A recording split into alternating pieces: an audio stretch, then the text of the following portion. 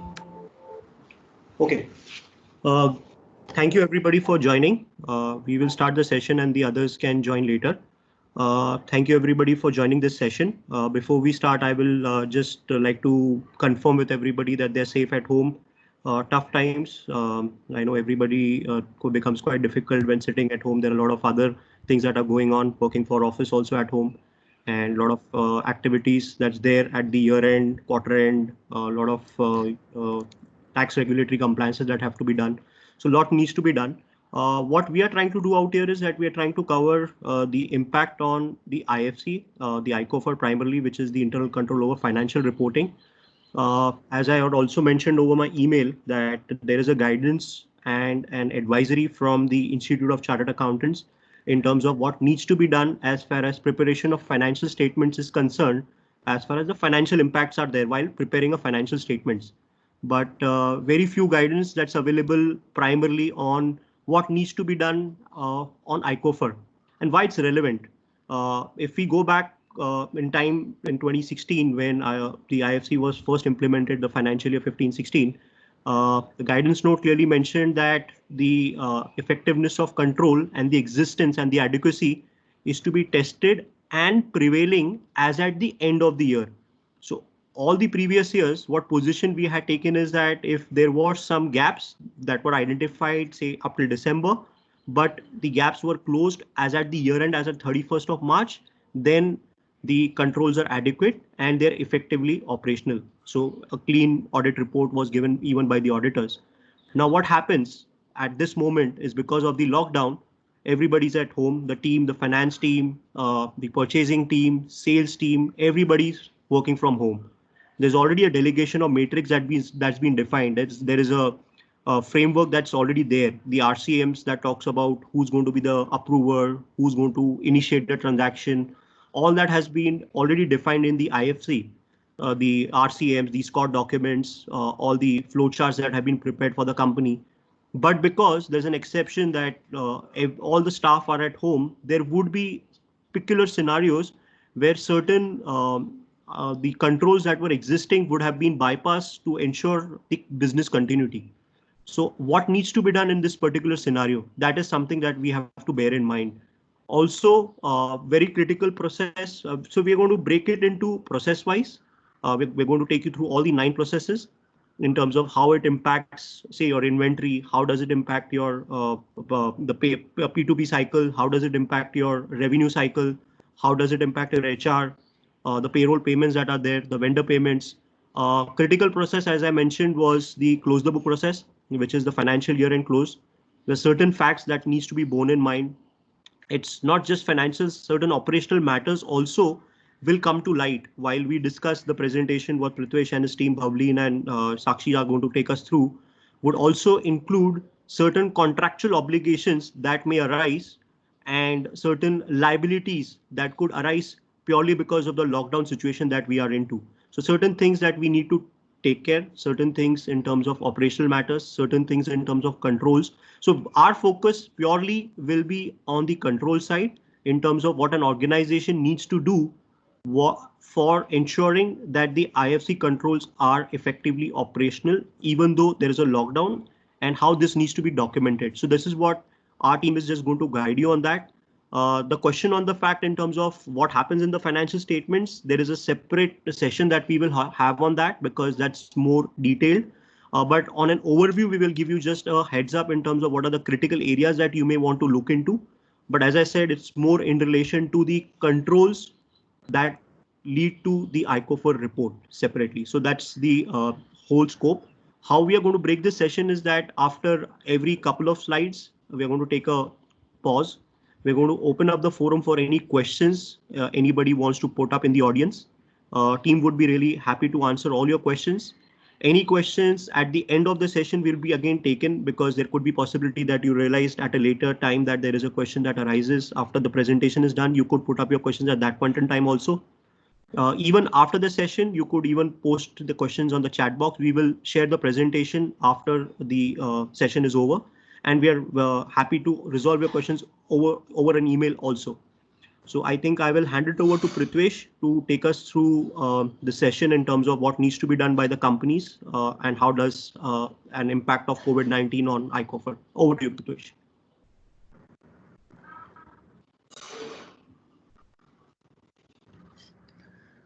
Well, thank you, Lalit, for the brief introduction on today's session. And good afternoon, everybody. This is Prithvesh Asher. I am the partner for risk and advisory services at Ahuja Village and Associates. And we have been successfully handling the iCoffer and the IFC profile, including the implementation and the performing the test of controls for most of the Fortune 500 companies. And so what we have done, I am accompanied by my team, Bavleen, who's a senior manager, and Sakshi, who's an associate. So the past couple of weeks, we have been trying to design a 5-step, 6-step process to identify and determine the impact that COVID-19 has got on IFC processes. So what happens here is that it's important to reflect the impact on our internal controls. And so we've evaluated and identified the processes, as Lalit has already briefed us, the impact in the current situation that IFC shall have on March 20. And of course, there has been a spillover in India in the financial year for 2021 as well.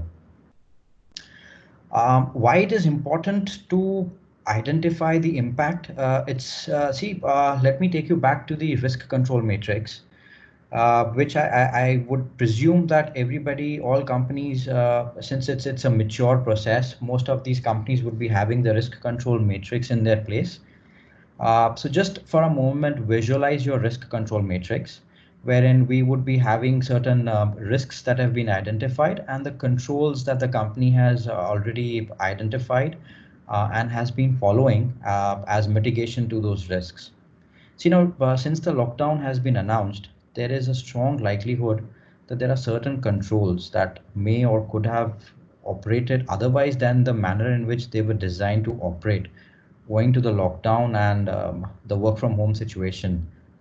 So what we have done is we've identified the process steps and certain process areas wherein we strongly recommend all companies to have a strong documentation of these controls with respect to their implementation, operation, and of course the effectiveness, which would be necessary for the satisfaction of your board committees or audit committees or your auditors of your company. So I'll move ahead. Coming on to this particular slide, this is basically the 5-step process that we have created. As you can see, we will start with assessing the controls. We move on to identifying the information that is available. Then we move on to identifying the existing controls. Then we modify or new controls, and then we test on the effectiveness. Now, though this looks very simple in terms of what needs to be assessed, what information is there, the word assess, it's a very large or a very in-depth process that you will have to start performing into your RCM. Now let's look back into the risk control matrix in terms of how we would start assessing the controls that have been impacted due to the lockdown. First and foremost comes our entity level controls. Now ELCs. The second most important part would be the extensive involvement of the owners or the senior management, owing to the lockdown now that they would be having in the day-to-day activities.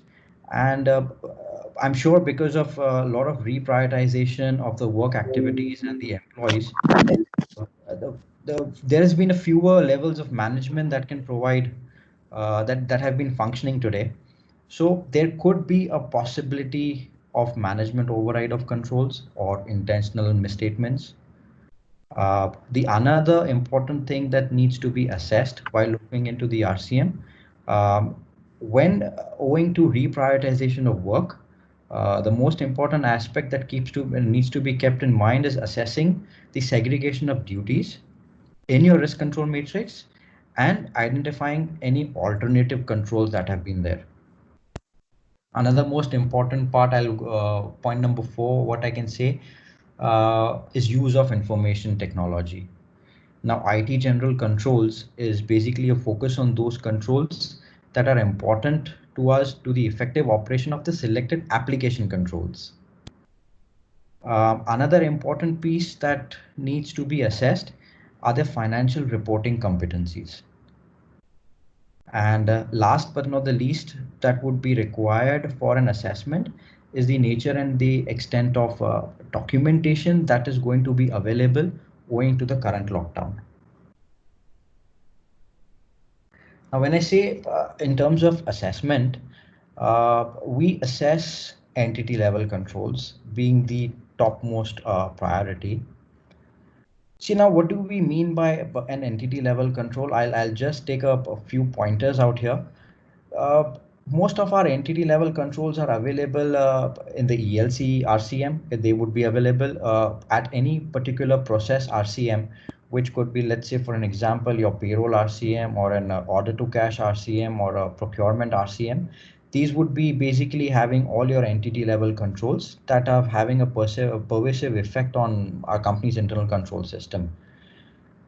Now, why the risk control matrix and ELC evaluation is important is, see, these are the controls that are related to your control environment being the topmost priority. ELCs are the one wherein there is a possibility of management override of controls as well. Our company's, your company's risk assessment procedures, your company's risk assessment process also is dependent on the ELC controls. ELC controls are playing a very important role in processing, central processing and shared service environments. Our ELC controls are also required to monitor the results of operations. And in fact, ELC controls are the ones which are continuously monitored by the audit committee and the PEFR, which is the period and financial reporting process, largely or in depth depends on our ELCs. See, there would be certain policies that your company has addressed to significant business risks and risk management practices. Again, ELC controls play a very important role out here. Now, why I have been emphasizing on the ELC controls, because this becomes a start point for you to start your assessment. If you have to start assessment into your RCM, you need to start with the entity level controls. So this is the first and foremost area that the companies will have to look into, because they could result into any breakdown or review controls, or there could be certain individuals who are unable to perform the controls in the given pandemic situation. So the first and foremost assessment step is a very detailed, requires a thorough, in-depth evaluation of your risk control matrix vis-a-vis the pandemic situation that we are facing. Now, once we are done with this particular assessment, we will move on to identifying the next step, which is information. Now, when I talk about information, a company produces information in all aspects. From every document, every piece of paper that is produced by the company is called as information. Now, specifically talking about information from an ICOFAR perspective or IFC perspective, it's called as an IPE, which is information produced by an entity. Okay. Our IFC guidance note clearly defines information as your source data, reports, and the reporting parameters. Now, given once your assessment is done, when we start evaluating the information that is available, see, there could be various risks that you have been exposed to since the lockdown. To give you an example, risk of data that is not being captured now. A very simple, there are no GRN postings that are going on currently. It's a very big risk of data that is not being captured currently. Another risk that we could be facing in terms of information is that the information or the data that has been input is being input incorrectly. Now, because there has been a physical lockdown, people are we are unable to access certain important pieces of documents and certain information that is posted in our accounting system. It is highly possible there could be a lot of posting errors.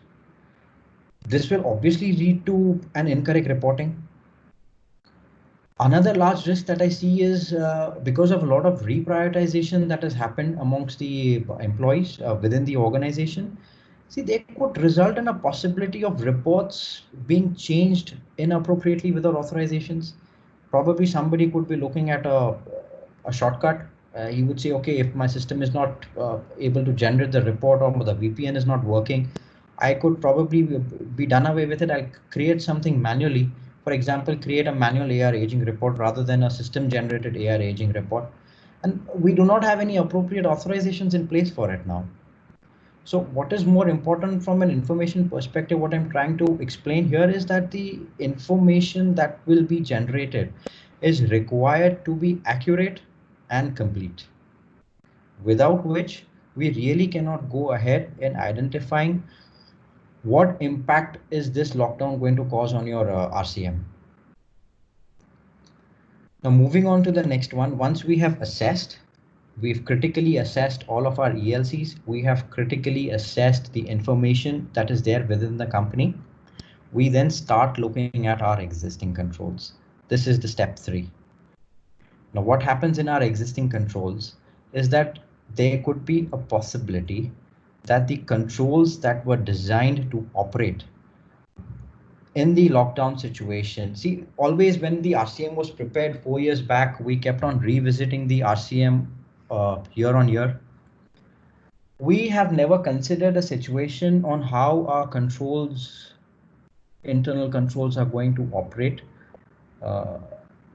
if the company is in a lockdown situation. That thought has never been put into any risk control matrix, not into, at least into our experience over the last 4 years. All of the risk control matrices have been prepared owing to a normal situation, having the information to be accessible at all levels, individuals being present, accessible at all levels.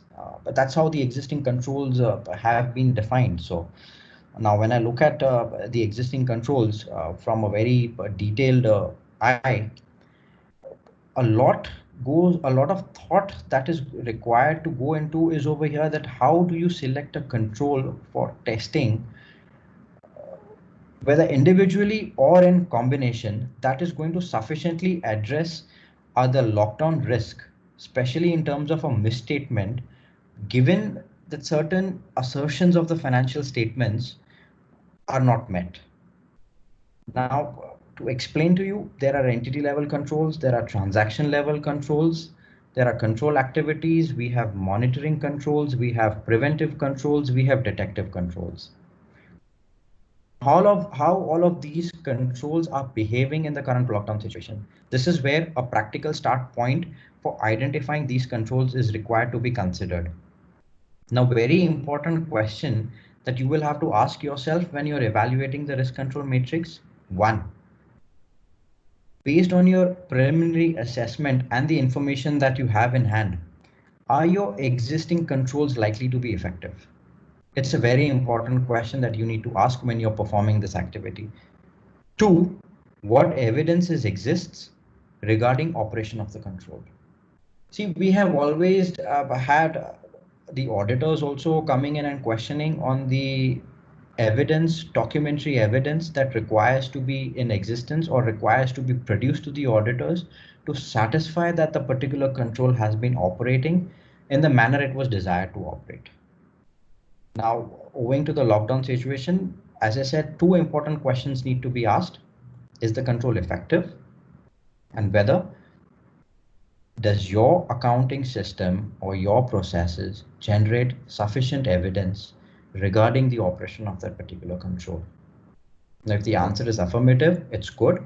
If it's not, you need to go ahead, start identifying compensating or alternative controls that you can bring into it. And this is where we move on to the next step, which is going to be modify or add new controls. Now, basis the existing controls that we have, we will modify these new controls, put them into the RCM, and then perform a test of operating effectiveness of the new or the modified controls to test whether these have been correctly captured in our risk control matrix. Now, by testing the effectiveness, what I really mean to tell you is you need to obtain sufficient evidence to present to your auditors and to your audit committee on internal financial controls and control risk assessment as at the year end for March 20.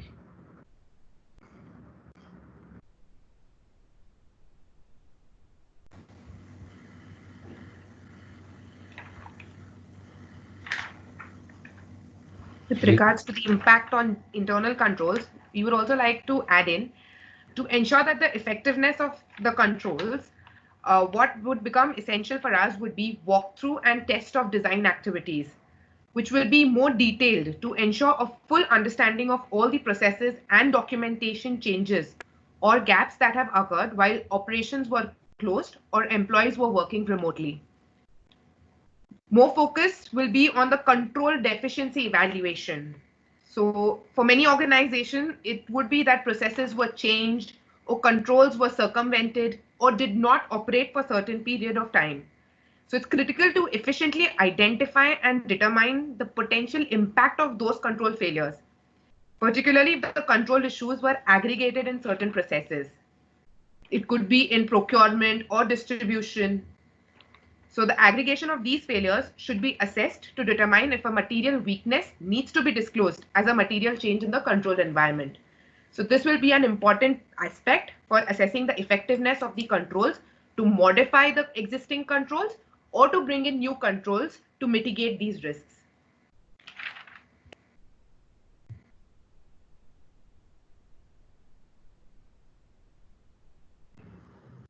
We'll move ahead. Now, this is where I am going to take you through in depth a detailed discussion on what can go wrong in your processes of your cybersecurity, in your hire to retire, the financial statement closure process. We will include inventory and fixed assets and year-end activities as well over there, but we will not be discussing into the accounting aspects of it. Our discussion would be more focused on controls. Next, we will move on to treasury, statutory compliances. Treasury, we will be addressing the liquidity and the credit risks, including working capital management. Statutory compliances in view of, in light of the revised timelines that have been announced by the government and monitoring on the revised due dates. Procurement, contractual arrangements, and order to cash, which is managing your receivables and converting the WIP into cash for service organizations. So we'll start with the first one, which is on the cyber security. Now, in light of change, this has been a massive change in the work from home culture that we are seeing since the lockdown has been announced. Companies that were more dependent on manual processes, all of them have adopted the cloud and the IT systems in terms of ensuring their business continuity to be there. But there are a lot of things that could have gone wrong if these have not been addressed. To start with, from an IFC perspective, see, IT related risks are reasonably possible. It could really result into a material misstatement in the financial statements, depending on the nature of the IT environment that has been implemented. Now, just to give you an example, what are the IT related risks that could, really affect the reliability of your financial reporting? One, is how much of reliance on systems is being placed that are inaccurately processing your data and processing inaccurate data, or probably both situations. Another risk that IT poses is unauthorized access to data that may result in a destruction of data or improper changes to your data. Recording of unauthorized or non-existent transactions, inaccurate recording of transactions, this is very much possible. Very big IT risk posed, unauthorized changes to data in the master files. Now, this is something which is a total breach of the entity level control environment. Unauthorized changes to your systems, or even I can say there could be a failure to make necessary changes in your existing systems. The lockdown has also resulted in owing to a lot of manual intervention. This is another very big IT risk that we pose out here, and potential loss of data.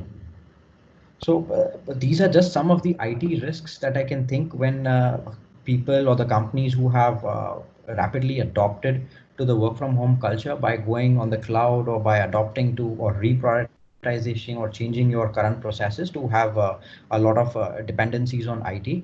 Nevertheless, to mention, there are a lot of connectivity issues what we've been facing: access to the servers, access to the database, access to your banking records. There is a lot of risks that we are currently going through over there. So foremost important is on the data confidentiality. Okay, as I said, since we are now working in a work from home environment, there could be possible risk of data breaches, risk of fraud. And it's really important that your risk control matrix on ITGC needs to address on what has changed or what has the company adopted to address to the risk of data confidentiality. There has been a large sea change in the use of video conferencing technology to conduct business, IT controls to meet government guidance, social distancing, and we are trying to protect each other. Now, this is also a webinar. What we are conducting is through an IT platform, but luckily for us, we are just hosted on Microsoft, so we are presuming ourselves to be protected through all angles.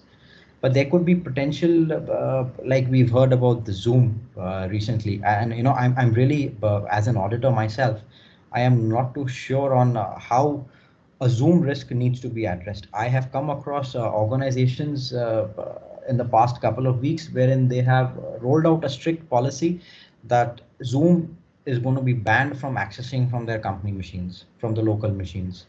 So this is an immediate measure that these companies have implemented. Yes, we need to be continuously aware on what IT changes are going on currently. SOD conflicts. See now how SOD conflicts affects our cyber security, especially in terms of there's been a lot of reprioritization. A lot of employees have been asked to go on certain leaves, or we have restructured the layers in which the organization was functioning. Probably this reprioritization of your employee activities, it could be mistakenly resulting in certain SOD conflicts, thereby giving you a larger exposure.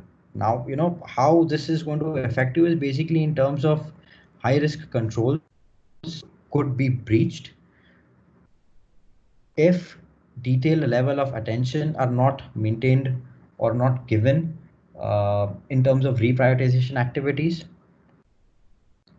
That is going to give you let me put up a simple example out here.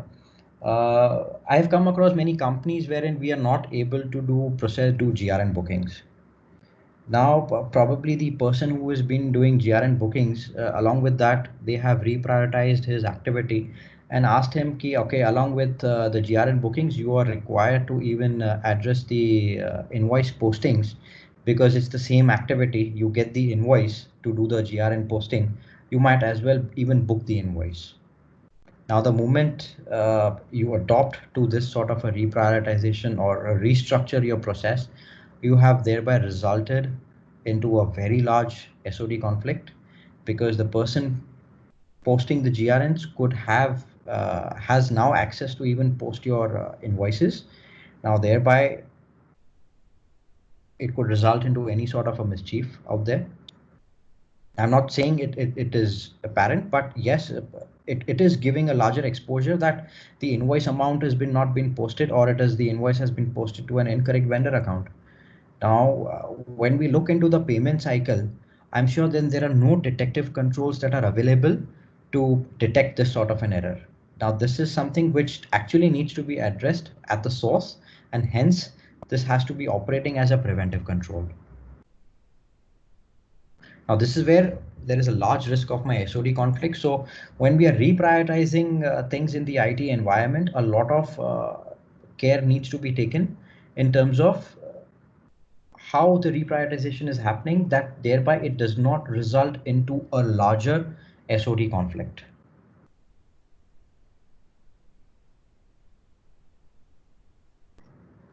Of course, needless to say, since most of these companies are operating offline, work from home, we are exposed at a larger risk of a maker checker on how the transactions are being authorized, what is the documentary evidence that is being generated out here.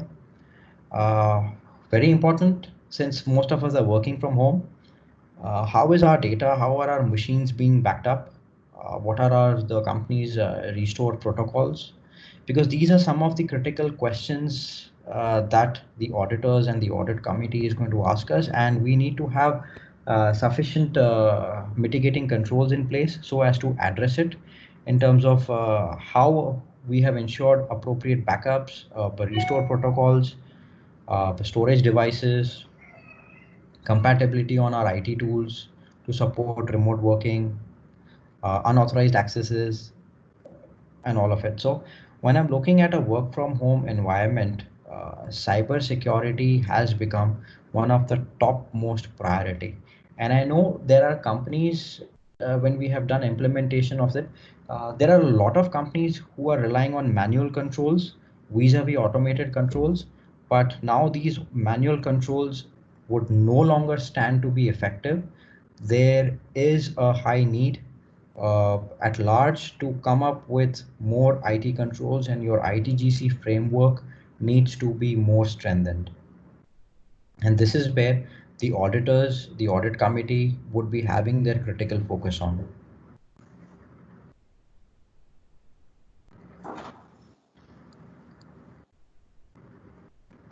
Now, what I would say is that would there be, in the last two slides, would anybody be having any questions? You can ask me now, or even you can post it on the chat option that was available out here, and I will be glad to answer it.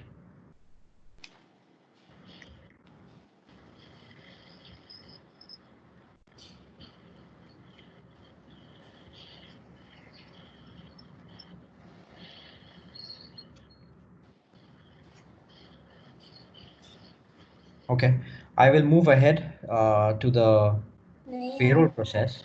एक भी नहीं मिला तेरे को उसमें का? नहीं मिल गए फिर 1 2 3 4 मिल गए बाकी के 8 नहीं मिल गए एक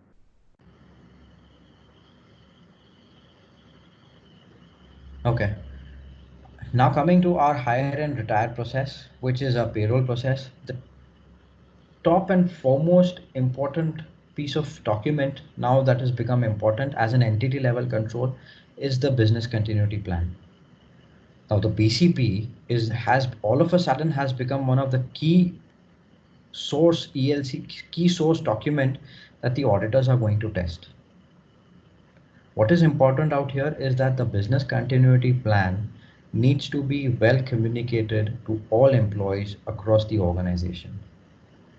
This is of the most important on how the companies are operating in the given environment.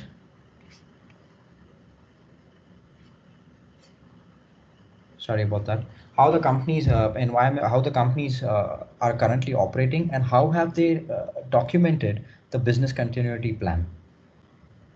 In fact, this is a very important document because it is required to be communicated across employees, as well as to the audit committee, and as well as to your auditors also. The most important part in the HR function when we look at is communication and coordination amongst employees. Now that we are working in a total work from home environment, we do not get to see each other on a daily basis. So in fact, to be very honest, this lockdown has put us in a situation wherein we are working from home and we are working for home as well. So, there is a very thin line of, it becomes difficult to differentiate our office activities vis-a-vis the household activities that are there. So in terms of communication as an organization, we need to respect that, understand that. And what is really important, what I would like to push out here in terms of maintaining a tight communication is that the top management should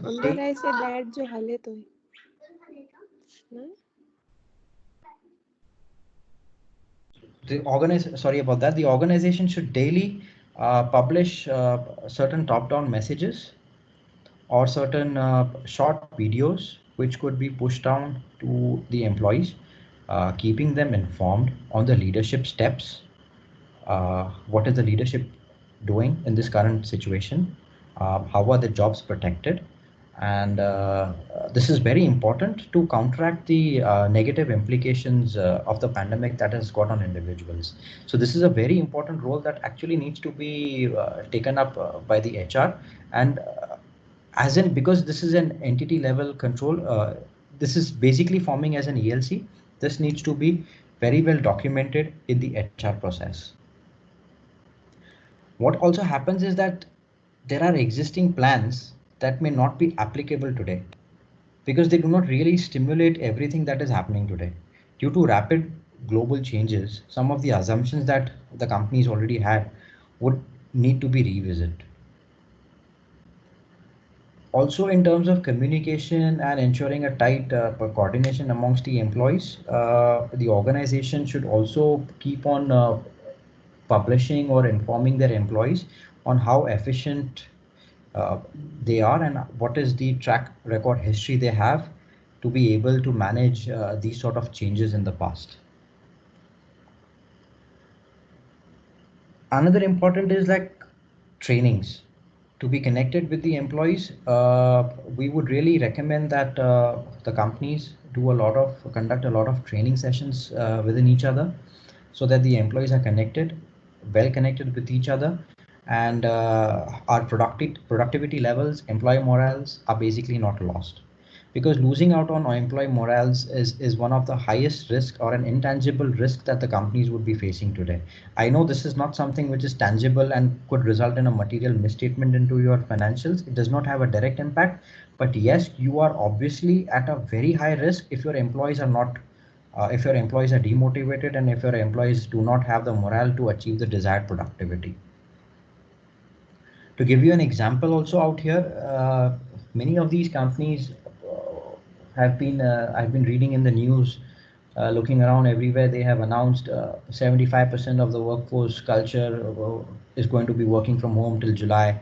See, what happens is that all of us are already into a lockdown situation since the past 1.5 months now. Since the 20th of March, if I'm not mistaken, Maharashtra announced it's been more than a month today. All of us want to get out. We want to resume back our normal lives. Now, in such a situation, if your employer, if the companies are going to announce that, for the next 3 more months, you are going to be working from home, now this is going to be having a lot of psyche and a psychological effect on the employees. So if at all the companies are adopting or are seeking to change this culture or seeking to adopt a new culture of work from home, uh, your processes should be rolled out in a gradual manner. It shouldn't be rolled out in one go. We strongly suggest you roll it out at a team-wise level. Allow 1 week of work from home, allow 1 week from on-site operations post the lockdown situation, and then gradually have the employees adopt to the culture of work from home. This becomes very important out here. Now, apart from that, when I'm looking at the HR process, we have a lot of leaves that have been the companies have announced. A lot of mandatory leaves have to be taken. A lot of deductions are basically there. A lot of leave balances are required to be utilized by the employees. See, these are various measures that the companies have done, but what is very important from your risk control matrix in the HR process is that how have these controls been documented and how have these been authorized? If at all there was no leave policy, the management will have to create a policy affecting the lockdown situation. And accordingly, you will have to address your RCM that these controls have been modified, wherein the employees were asked to take mandatory leaves, mula leaves or unpaid leaves, and these leaves have been approved by the appropriate authorizations or the RS is the appropriate meeting persons करते हैं. in the organization.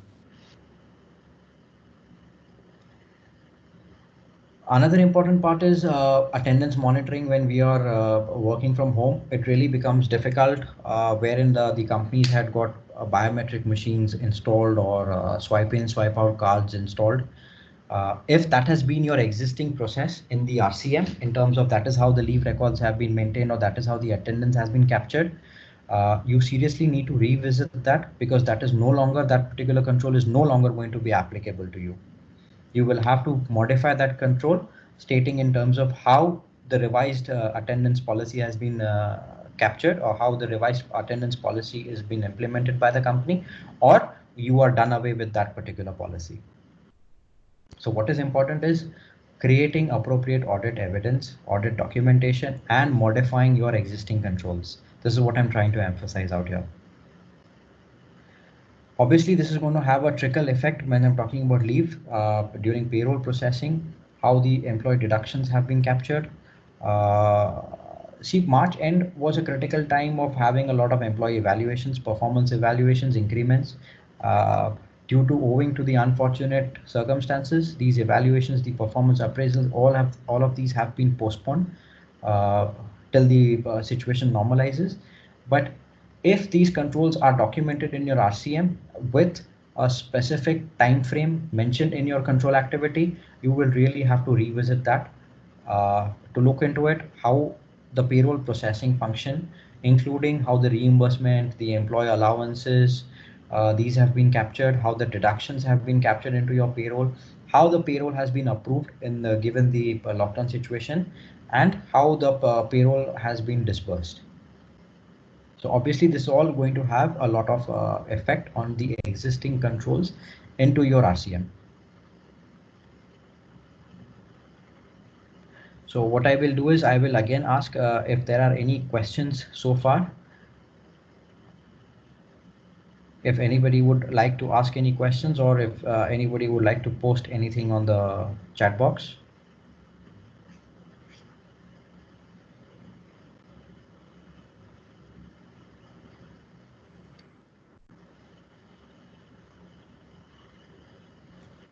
Okay, we will go ahead. Moving on to the financial statement closure process, which is again a very significant area considering we had to face the lockdown in the last few days of March. Increased disclosures, additional disclosures that would form part of our financial statements. Coming to the disclosures later, the major significant or the critical assessment areas in the period end financial reporting are going to be significant accounts in the trial balance, which is the account or assertion level processes, and the financial reporting process. So these are the two critical areas that have been impacted massively with the due to the lockdown. So we go to see this, the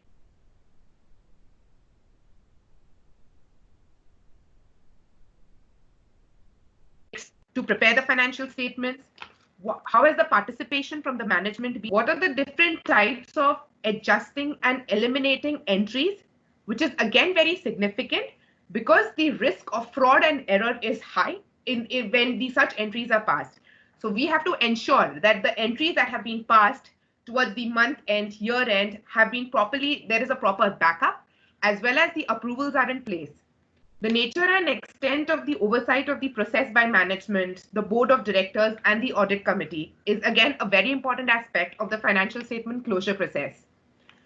As part of the auditors, they would have to obtain sufficient evidence on the effectiveness of these quarterly, yearly controls that are important to determine whether the controls sufficiently address the assessed risk of misstatement to each relevant assertion as on the date of the management assessment. So for example, if we have to consider the different type of journal entries that are passed, that are entries to record your transaction activities or routine closure entries, the non-routine closing entries, consolidating and eliminating entries. So understanding and testing the relevant controls over the journal entry process is a significant risk to be identified in the financial statement closure process. Another very important aspect here would be the segregation of duties. Who is preparing the entries, who is reviewing it, and who is ultimately posting the entries in the system.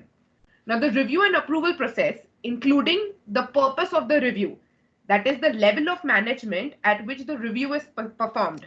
Here, we are talking about the reasonableness review versus the detailed review of the supporting documentation. So this ensures that any entries that are posted into the system, they have to have a proper backup, they have to have an approval from the appropriate level of management to ensure that they are free from error or fraud. Then adequacy of the supporting documentation for the journal entry to enable a reviewer to determine whether the entry is appropriate. Also, another important aspect we would have to look into it is the competence of the person who is preparing the journal entry. Does he have the appropriate knowledge of what he is passing, or has he been guided appropriately to pass that entry? Then another aspect when we prepare the financial statements is going to be the use of estimates and reserves. Now, when we are using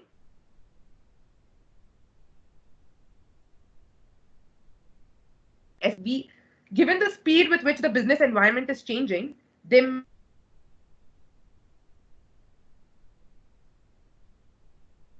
for those decisions and assumptions should be well documented. The facts and circumstances are changing so rapidly. For example, we could consider here is the cash collection, which have slowed due to the companies are struggling to modify their payment processes.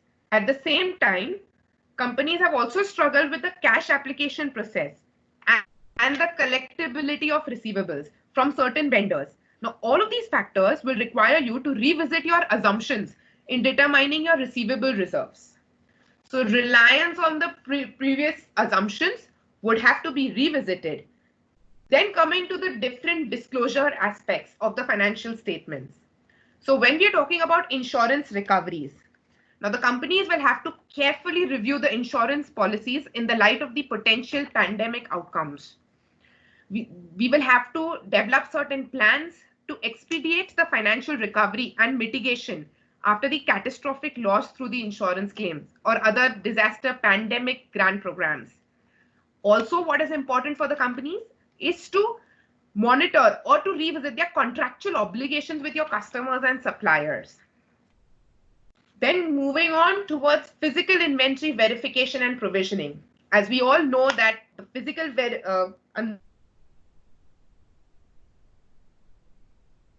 was impossible.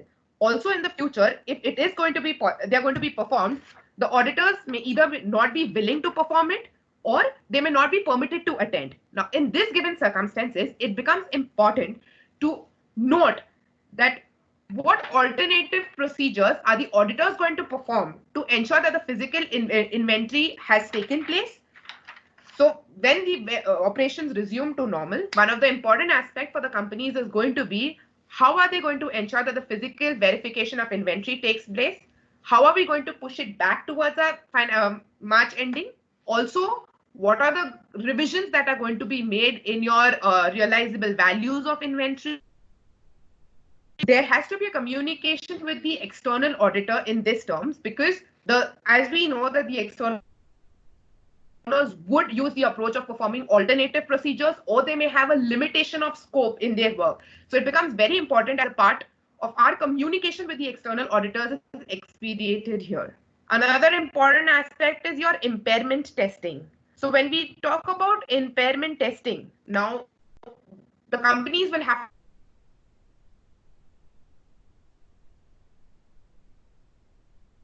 which have led to an impairment. This could ideally impact your future cash flow expectations and whether it is disruptive effects or how how are we going to evaluate? So we have to identify the triggering events and make the adequate disclosures on the impairments as well. So there could be impairment of goodwill that we'll have to reassess for identifying the triggering events. There could be impairment of long-lived assets. There could be inventories, again, net realizable value. So if there could be a situation where the company has suffered revenue declines or disrupted supply chains, then the company management will have to consider adjusting the carrying value of your inventory downward. Losses also may result from exceeding expiration or sell-by date or physical deterioration, obsolescence, or price changes. Then perishable products with shorter shelf lives or expiration dates for specific seasonal inventories are more at risk over here. So the management will have to ensure that they book the losses in the same period of the decline occurs. Then we have reduced manufacturing levels, the cost that will have to be controlled, impairment of receivables, loans, investments.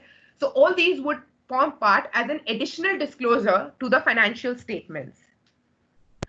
We also see that COVID impact is not limited to the period end 31st March 2020. We can also see that it has spilled over to the next financial year 2020 and 21.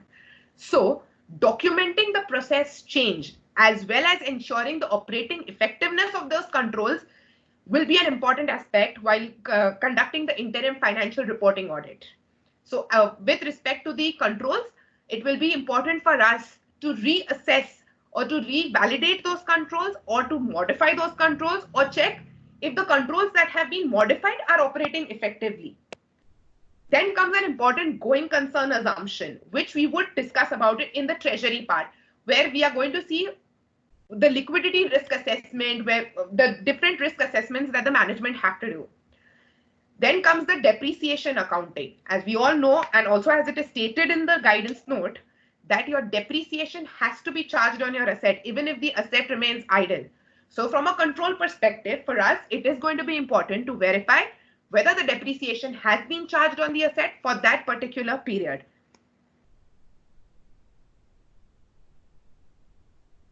Any questions on these?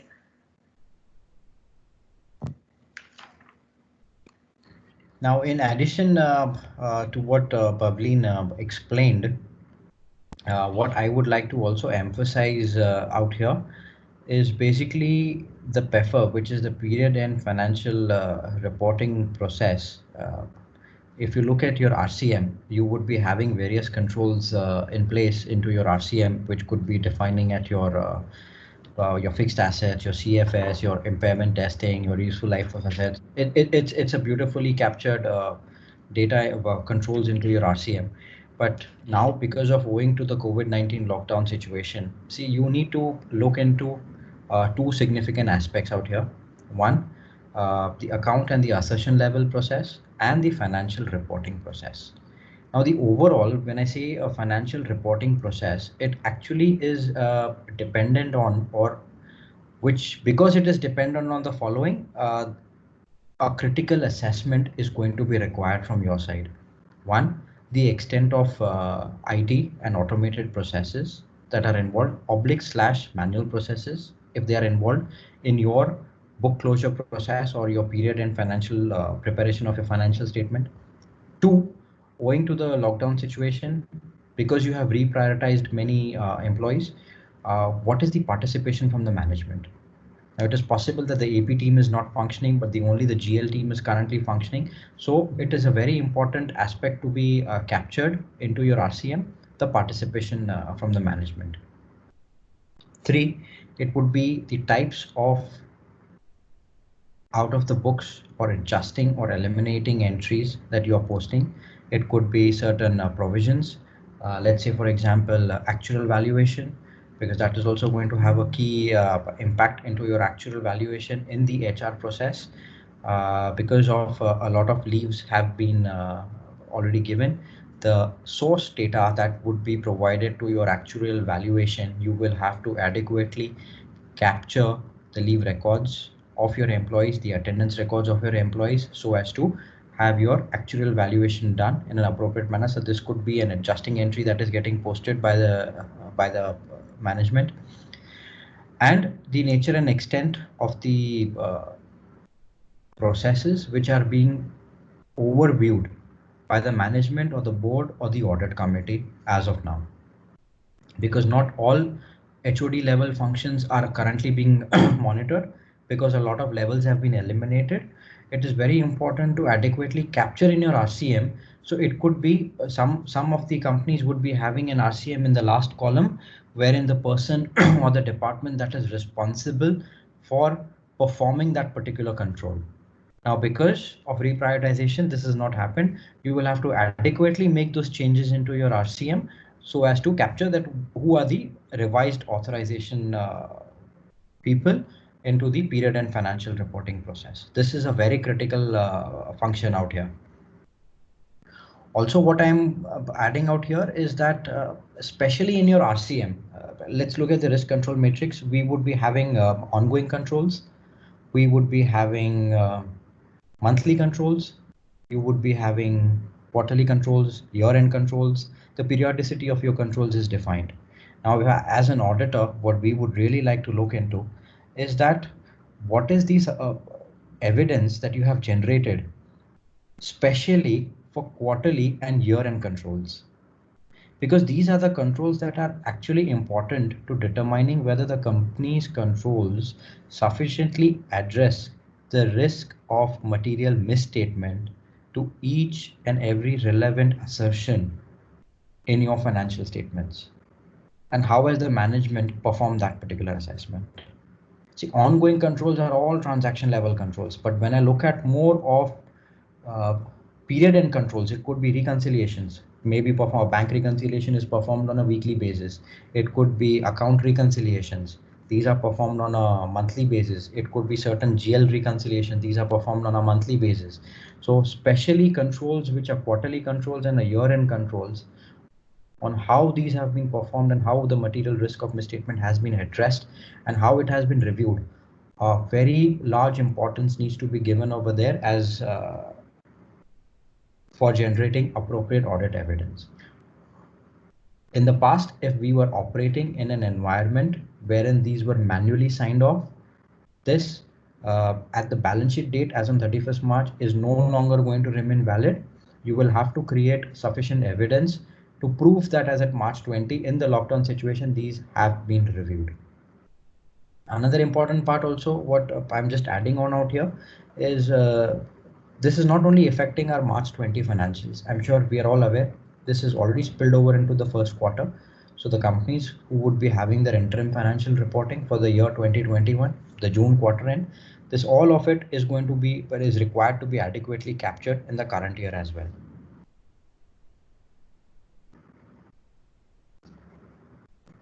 So we can go ahead.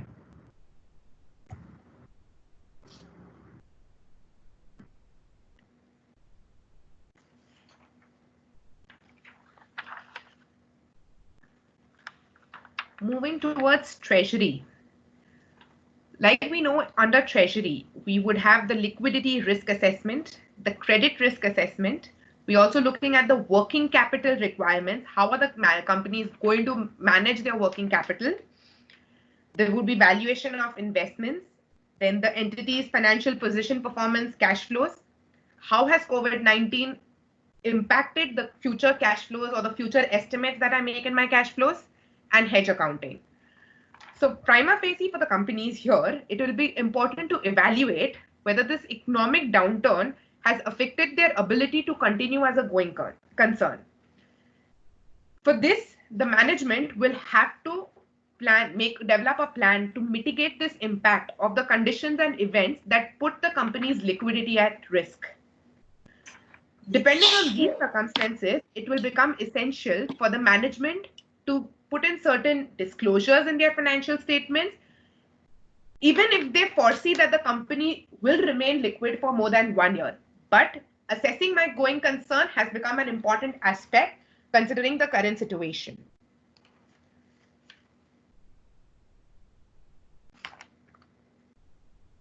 So we saw that there would be a 4-step process here. The management will have to identify the significant risks that are related to liquidity. They would have to develop a plan. They will have to disclose what they know and they will have to assess this impact on the auditor's report. Now, management should understand the responsibility for financial reporting and related processes and internal controls. Again, the responsibility of the auditor here, it relates to the management's plan. So accordingly,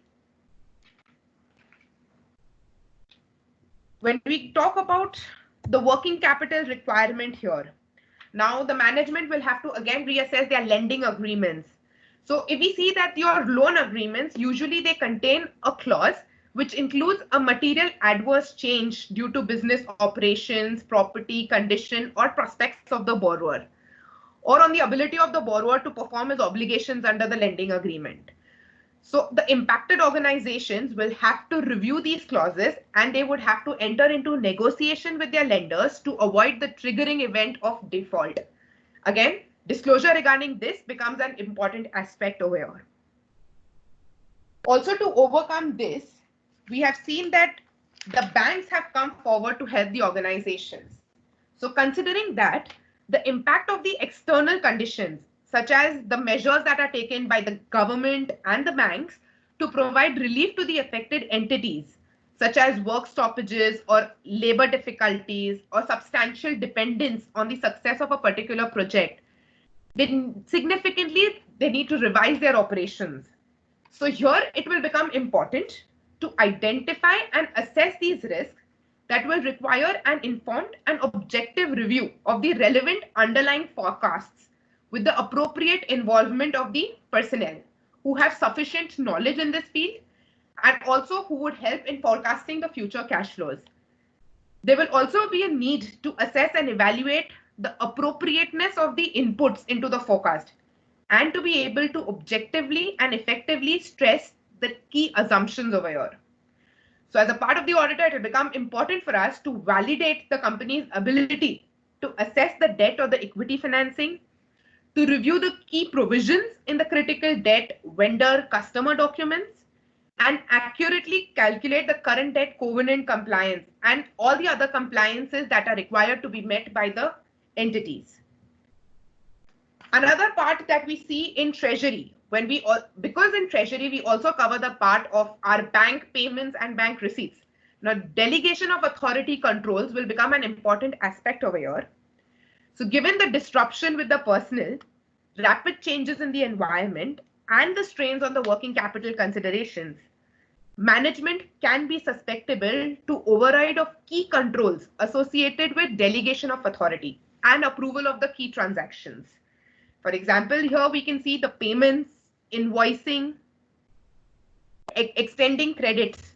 So we would have to consider the potential changes to delegation of authority level and the controls to document and approve the deviations from the typical processes, as well as verifying the appropriate monitoring of controls that they remain and are in place. So many companies are going to face issues like lower revenues resulting in less cash flow along with delayed receivable collections.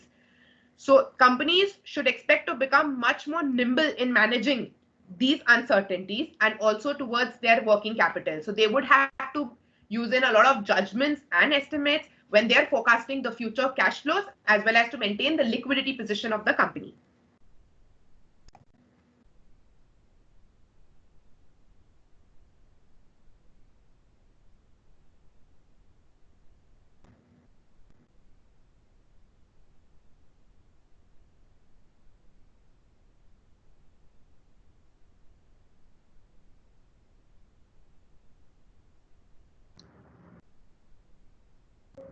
So any questions out here?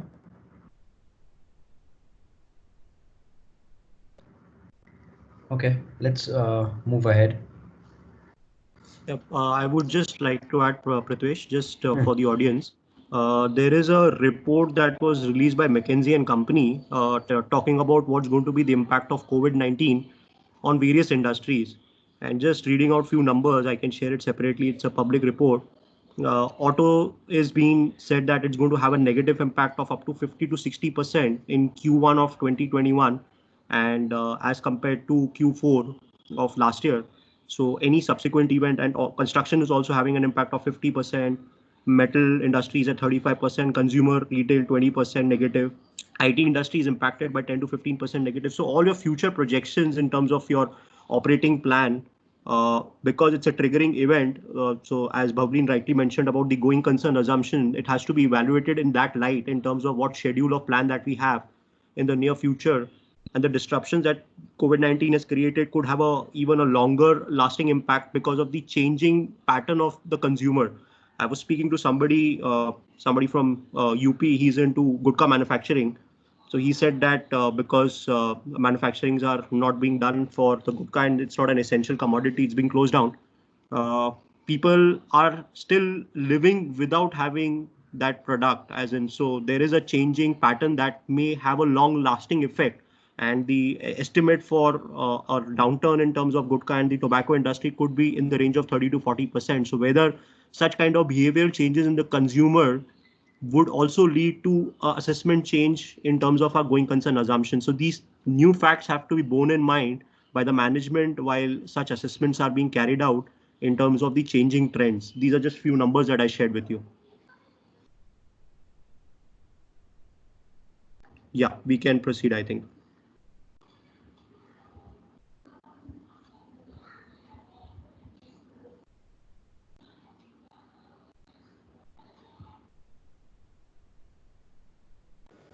Coming to statutory compliance, we know that the COVID-19 pandemic poses unique and novel challenges to companies, particularly with respect to design and testing of both internal controls over financial reporting and disclosure. In context of the current market conditions and scenarios, SEBI and MCA have proposed various relaxations with respect to report filings, conduct of board meetings, audit committee meetings. There has also been a grant of 45 days delay with respect to filing of the results for public companies. In case of GST, central government has also made many relaxing changes related to composition scheme under GST, interest rate reductions, waiver of late fees, extension of due dates. Whereas it is important to consider that the extension of due dates is only with respect to composition scheme, whereas GSTR 1 and 3B are required to be filed as per the due date, where only there would be an exemption with respect to late filing fees. If we come to TDS payment and return filing, there are no extension as such given by the government. So the payments are to be made as per the prevailing due dates, and even return is to be filed until May. Where we come to income tax return, there's only a leeway with respect to belated returns and the advanced tax payments, where the interest rate has been reduced from 12% to 9% per annum.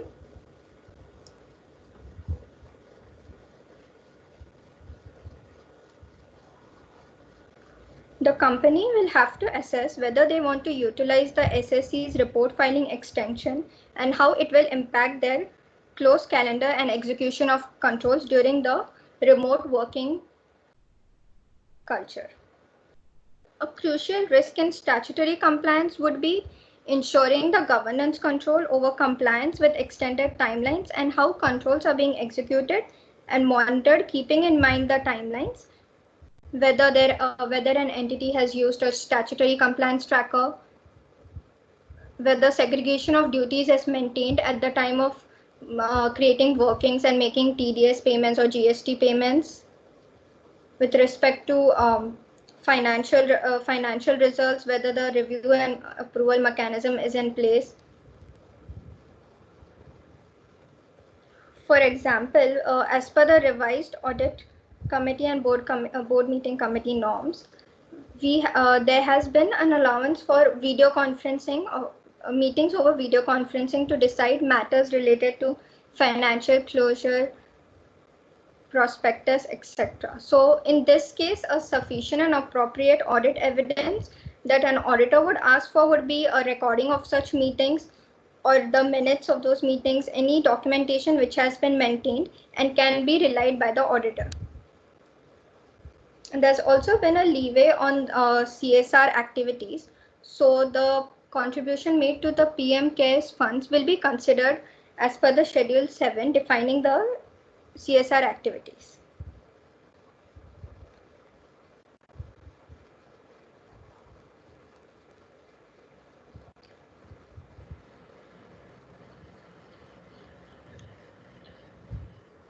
Okay, let's go ahead.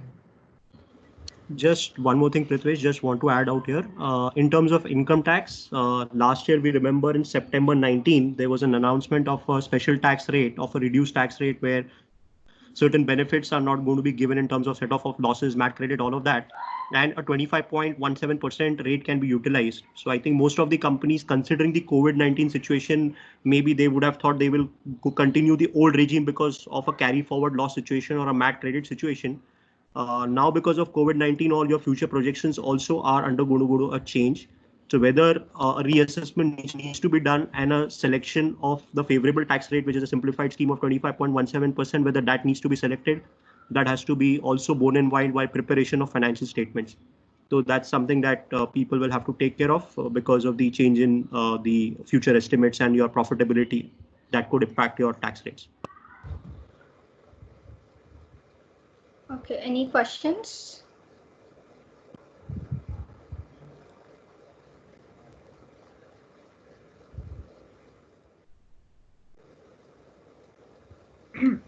Moving on to procurement to payment. So we can see that there, even in this process, there would be a certain changes that would have to be documented. So material requirement planning, recording of transactions. Again, under recording of transaction, what is going to be important is my segregation of duties.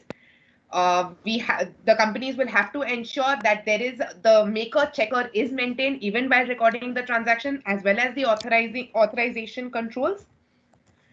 So organizations are dealing with individuals or groups not able to perform tasks. Now, ownership of activities and controls will have to be reallocated. So it is important here to consider the potential segregation of duty implication and also to assess whether any additional review processes need to be added to compensate for the conflicts that may be created. Now, when we talk about the procurement function, it warrants scrutiny in terms of the crisis because its present significant opportunity is for abuse and misappropriation of a company's asset. So if we see from both the domestic as well as the global perspective, the companies here should focus on having a more centralized and a streamlined process for your procurement. It may need to be run and supported by reduced number of company personnel. Consideration should be given, again here, whether there is segregation of duties is maintained. You have to have a well-communicated, transparent internal policies and procedures around the procurement, which is necessary. Another important aspect from procurement is the vendors. There could be situations where we have certain agreements with the vendors and which have expired as on 31st March. As an IFC auditor, for us, there have to be controls to ensure that how the company has ensured that the contracts have been renewed, or if we are entering into transactions, whether the valid contracts are available. So if we have to summarize an important change in the whole procurement process from the internal controls perspective, the first will be the SOD. Second foremost is going to be my documentation of control and the process changes. So as a recommendation to the companies, it is recommended that you create a log to note the date the process has changed and the nature of change. Like there could be a change in the control owner, there could be a change in the system access, or there could be a change in the documentation format or in the change in review limits. Now, why is this information important? Is because in the future months, when performing testing over this period, to provide clear documentation of the nature and extent of changes from the normal process. This is a very important aspect when we see from procurement. The documentation format. We see that most of the controls in the organizations are automated. However, there are still certain processes and reviews that are manual in nature. Now, to extent that these reviews are typically completed manually, But now, considering the situation, we would have to switch over to the electronic mode. We will have to determine how the evidence of review will be captured. There could be instances where our employees are not well equipped. They would not have access to printers, scanners at home. So the management will have to come out with a revised way of documenting these reviews to ensure that they're completed within the time frame. So this may also be a great opportunity to reinforce the benefit of electronic review and impetus to make a change from the historical manual control process. Last and foremost, as important, is retention of evidence. So it's going to be very important that once we come back to resume to work, it will be important to remember to bring manual control evidence back into the office environment to be filed and retained consistent with the historical processes. So this sums up the entire procurement changes that we see.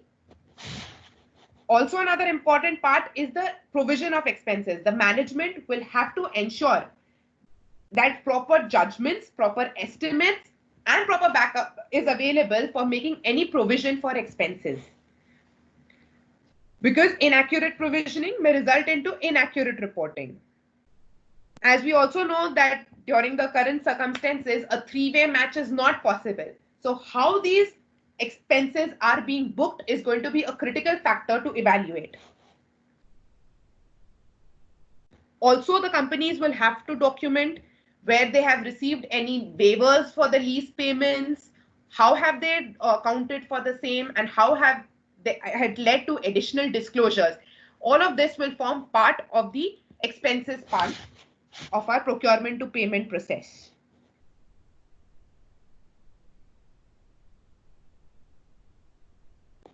Any questions here?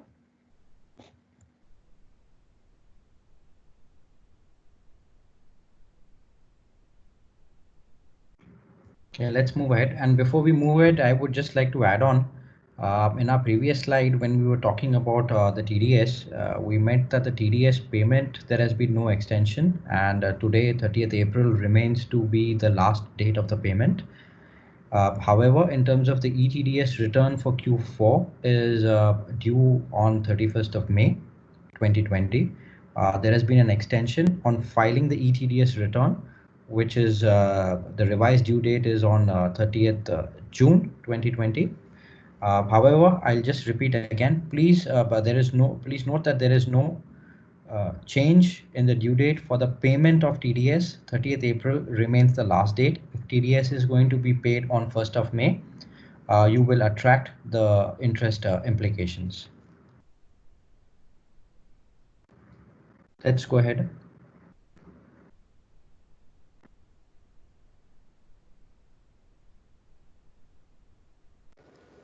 Coming to the revenue process, as a higher risk process, it continues to be a focal point for control testing. Coming to trade receivables as the first point, given the speed of which business organization is changing, there are many estimates that will have to be revised, and rationale for those decisions and assumptions should be well documented by the management. For example, in case of collectibility of receivables from certain customers could have changed. All of these factors will require an entity to revisit the assumptions used in determining your receivables reserves. Entity should also consider, given to the sensitivity of cash flow in certain parts of the economy, more accounts receivable may remain outstanding compared to our prior reporting periods. Hence, a robust communication should be maintained with our customers, considering that will help in determining our judgments and estimates to be considered.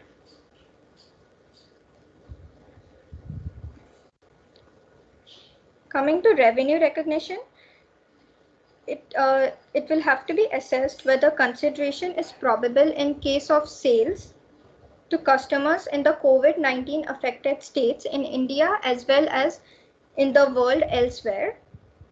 In case of goods which were in transit during the lockdown period, how is the entity recognizing the revenue for the same? What judgments and estimates are being used by them? Whether they were perishable goods, or non-perishable goods, whether they could have sustained in the lockdown situation.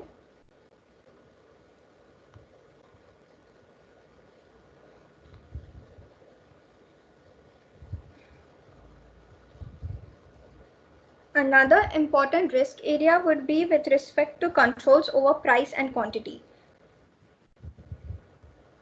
As companies and their customers contemplate sudden change in the economic outlook, we are seeing discussions around discounts, changes to payment terms, and other considerations.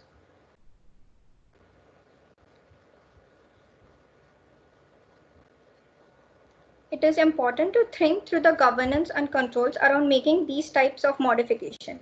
How the changes in, say, customer contracts are being communicated to various functions of the organization, mainly by the sales to the finance and accounts departments. For example, if there is a communication gap during the remote working situation, it could lead to a number of unique sales agreements between the company and its customers, with varying discounts and non-standard payment terms, which will then be questioned at the time of test of controls.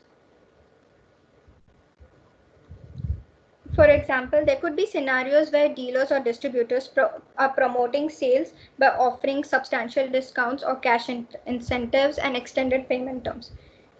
In such case, it should not be orally agreed, but should be well documented, and as Bhavleen mentioned, electronic evidence in the form of mails can be used. Another risk with customer contracts is also that customer contracts could become onerous and the entity may not be able to fulfill their obligations under a contract due to closure of production or slowed down production process at their manufacturing plants. Under such cases, the delay in fulfillment of obligation could also attract huge penalties, which should be considered. Since O2C is a lengthy process from ordering to receipt, then a SO is raised, then order to cash. SOD or delegation could have been done in this process where there's a reduced workforce. Hence, there should be a clear documentation of such delegations. Where additional access rights have been given to any personnel, they should be well documented and should be referred to after the process has come back to normal situations. Management can also become susceptible to override of key controls associated with delegation of authority. And approvals for such key transactions, such as at the time of invoicing, extension of credit terms, should be considered and well documented in the form of mail trails or any documentary evidence. While performing test of controls, the management will have to provide a clear documentation of the nature and extent to which changes had occurred during the lockdown situation.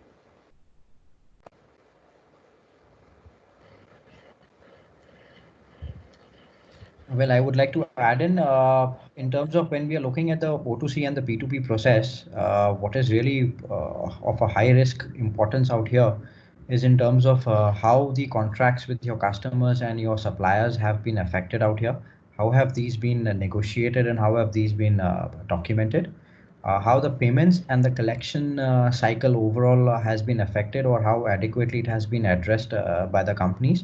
And especially in terms of your customers, you really need to document on how the risk assessment of your customers has been reperformed, because the auditors would be looking into a lot of subsequent realizations out here, which if we do not have subsequent adequate documentation to prove subsequent realizations, then there would be a lot of bad debts and provisioning that could be hitting your PNL for March 20. So with this, I would conclude all the processes on IFC, and I would be glad to take any questions that you would be having. Prithvish, this is Vidhi. Yes, ma'am. From Eton. Yeah, I have one question on this ICOFAR. Do we have to revisit all RCMs and change these controls, or we have to make a checklist for all these COVID-19 So, controls? ma'am, I'll tell you, especially if you're looking from which particular entity.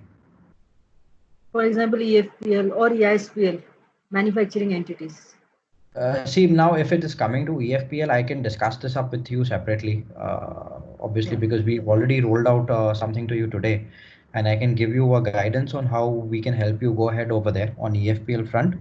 But looking at the other entities, ma'am, it is really important for you to go ahead and revisit all your ELC controls and what has changed due to your reprioritization in your risk control matrices. Okay. So that's what I wanted to ask you. We have to give a checklist or No, again ma'am. revisit all the RCMs. The checklist that we are currently, you and me, that we are discussing, it is basically only to understand and gain a preliminary understanding on what has changed. Okay. That is the only purpose of that checklist. That checklist is not required to be circulated to your auditors.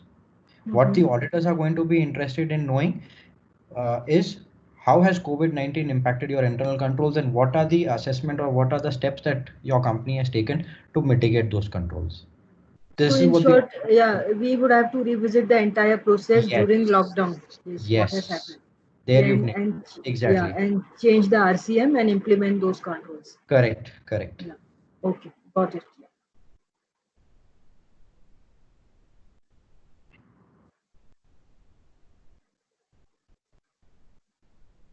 Well, any more questions out here?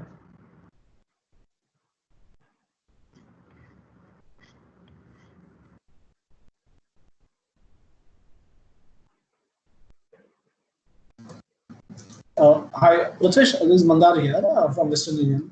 So not a question, but just wanted to compliment you for a very good session, you and Bonnie and Lalit. So very good, very useful session. Thanks for organizing it. Thank you, sir. Thank you, sir.